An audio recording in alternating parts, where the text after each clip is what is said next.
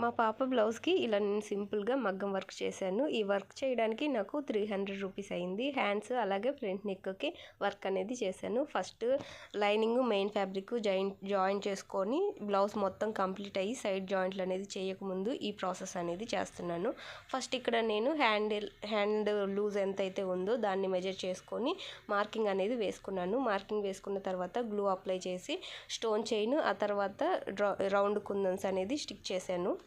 First stone chain 1 line, ఆ తర్వాత round కుందన్స్ 1 line stick చేసిన తర్వాత మళ్ళీ ఇంకొక స్టోన్ లైన్ అనేది ఈ విధంగా స్టిక్ చేసి మొత్తం 3 లైన్స్ అనేది ఇలా స్టిక్ చేశానండి.